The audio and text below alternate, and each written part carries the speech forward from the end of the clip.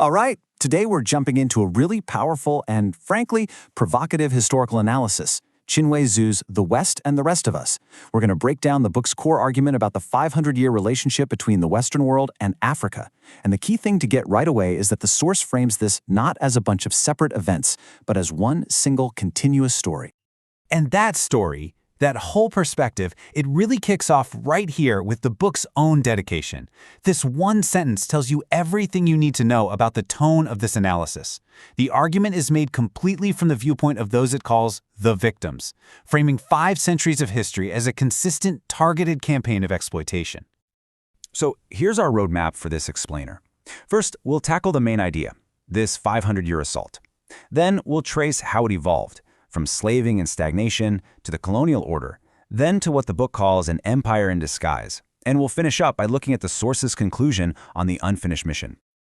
Okay, so what's the big idea here? The book's central thesis is that for half a millennium, the relationship between the West and Africa has been one long, unbroken assault. The argument is that the exploitation never actually stopped. It just changed its methods, morphing to fit whatever the West needed at the time. Now this is really interesting because it maps out that exact transformation. The analysis doesn't see these as separate chapters in a history book. No, it presents them as a chain reaction. The slave trade is what created the conditions for direct conquest. Then, after World War II, that direct conquest gave way to a strategic decolonization, which in turn set up what the author calls the modern neo-colonial order. Let's start at the beginning, with the first phase. According to the source, this whole relationship kicked off with the transatlantic slave trade. And this wasn't just a trade, it was the moment that sent Europe and Africa down 2 completely opposite paths. The book argues this was a total zero-sum game.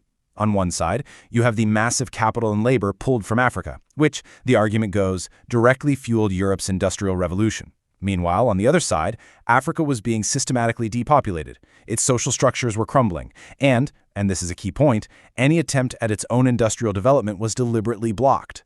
The source even cites examples of African merchants trying to buy sugar-making gear, only to be shut down by European powers. So as Europe industrialized, its needs changed. Suddenly, the main demand wasn't for enslaved labor to ship across the Atlantic anymore. Now, it was a hunger for raw materials to feed its factories and for new markets to sell its finished goods.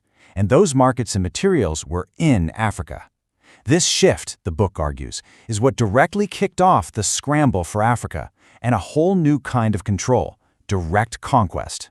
And the result of that scramble, just look at this. It was staggering. By 1914, pretty much the entire continent, except for Ethiopia and Liberia, had been carved up by just a handful of European countries. The old system of sticking to coastal trading posts was totally gone, replaced by complete political and military control over the interior. And this quote, wow, it brilliantly sums up the thinking behind that conquest. The source presents this quote from Lord Lugard, a major British colonial administrator, as a really blunt admission of what colonialism was all about. Lugard called his philosophy the dual mandate, this idea that Europe was there for the mutual benefit of both its own industries and the native people. But from the book's perspective, this wasn't a partnership at all, but just a nice-sounding justification for pure economic extraction.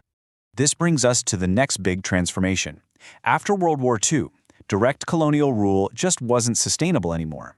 The analysis suggests that, facing growing nationalist movements and pressure from the US, the West didn't just pack up and leave. Instead, it executed a very strategic reform, what the author calls the middle-class solution, designed to keep control, just in a new disguise.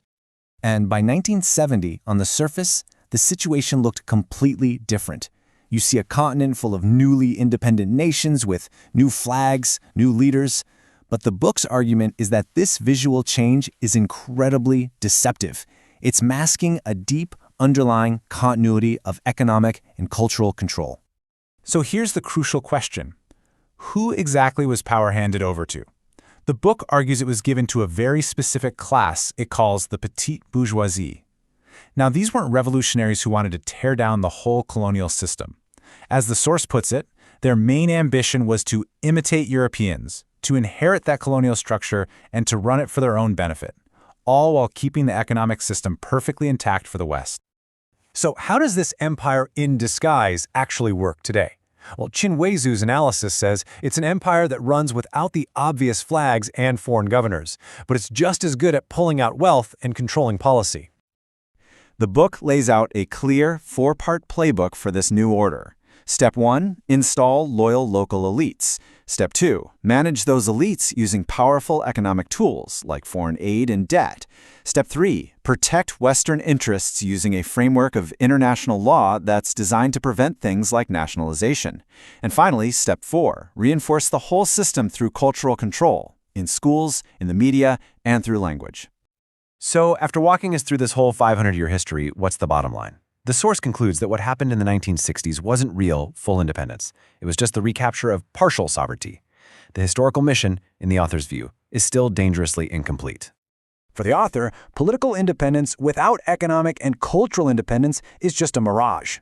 The ultimate goal laid out in the book is the restoration of our total historical initiative. What does that mean? It means breaking that cycle of economic dependency and throwing off the cultural and mental frameworks that were inherited from the colonial era, all in order to forge a truly autonomous path. And the book leaves us with this incredibly powerful quote from the philosopher Frantz Fanon. And what it does is it reframes this entire 500-year historical analysis. It's not just a story about the past anymore. It becomes a direct challenge to the present. The question it leaves you with is, what is the mission of today's generation? And will they choose to fulfill it or to betray it?